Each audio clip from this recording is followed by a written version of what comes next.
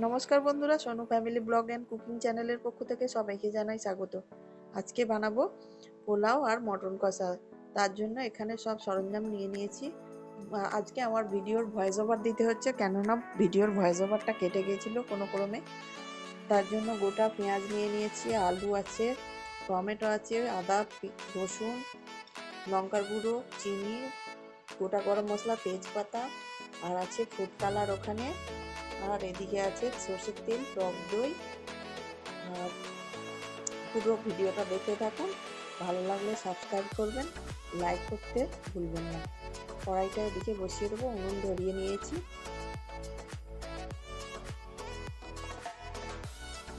এদিকে কড়াই বসিয়ে দিয়েছি, কড়াইয়ের মধ্যে ঘি দিয়ে দিয়েছি। চালগুলো ধুয়ে জল ঝরিয়ে কাপড়ের মধ্যে রেখে দিয়েছিলাম আগে থেকে। তারপরে চালগুলো, গোটা গরম মশলাগুলো, তেজপাতা দিয়ে দেব, দিয়ে চালটা ভাজতে থাকবো।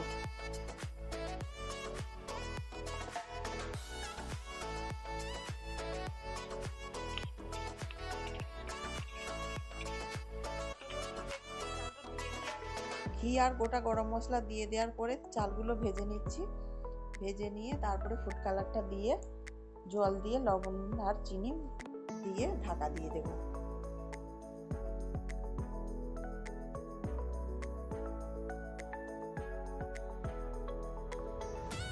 ফুড কালার দিয়ে দেবো এবার। চালগুলো ভাজা ভাজা হয়ে গেছে। ফুড কালার আর চিনি, লবণ দিয়ে ঢাকা দিয়ে দেব।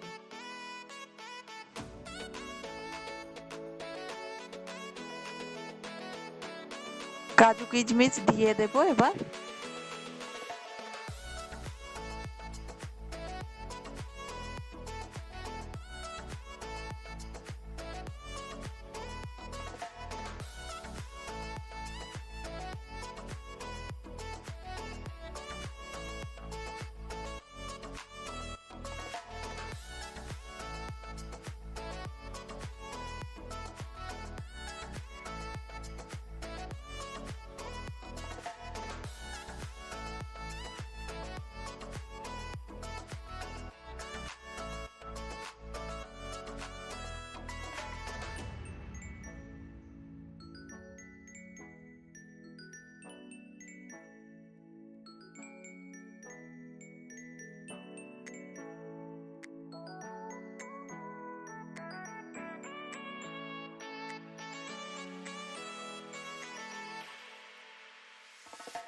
এবার পোলাও হয়ে গেছে নাকি দেখি, ঢাকনাটা খুলে দেবো এবার। দিয়ে নাড়াচাড়া করে নামিয়ে দেব।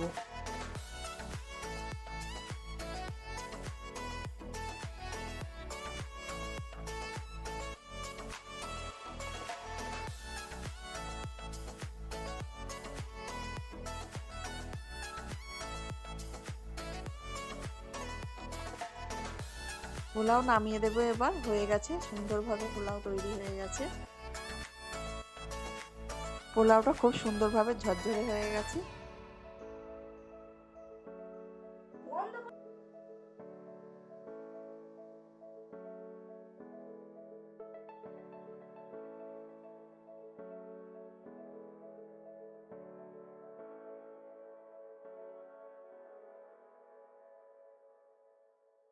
তেল গরম হয়ে গেছে, এবার আমি আলুগুলো তেলের মধ্যে ছেড়ে দেব, দিয়ে আলুগুলো ভেজে নিয়ে তুলে নেব।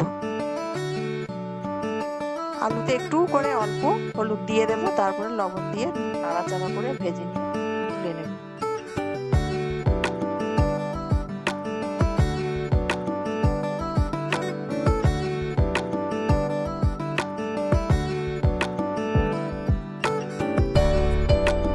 বন্ধুরা, মাংসটাকে ধুয়ে নিয়েছি, দিয়ে টক দই আর লবণ, লঙ্কার গুঁড়ো দিয়ে মাখিয়ে নেব। কিছুক্ষণ মাখিয়ে ঢাকা দিয়ে রেখে দেব।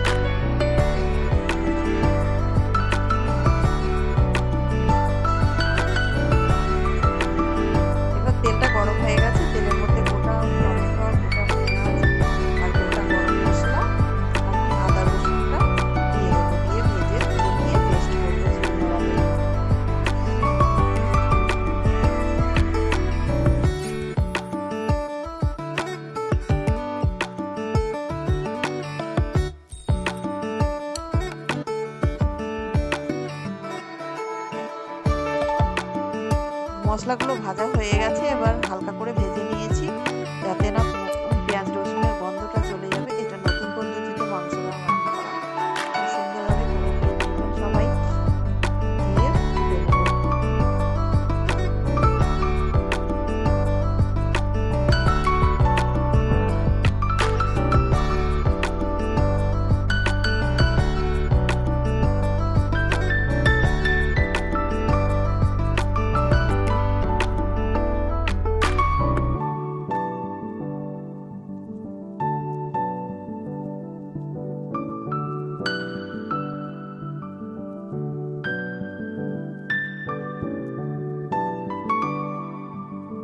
এবার তেলের মধ্যে কুচনো পেঁয়াজগুলো দিয়ে দেবো। তেলটা গরম হয়ে গেছে, মাংসটা এবার ভাজতে দেবো।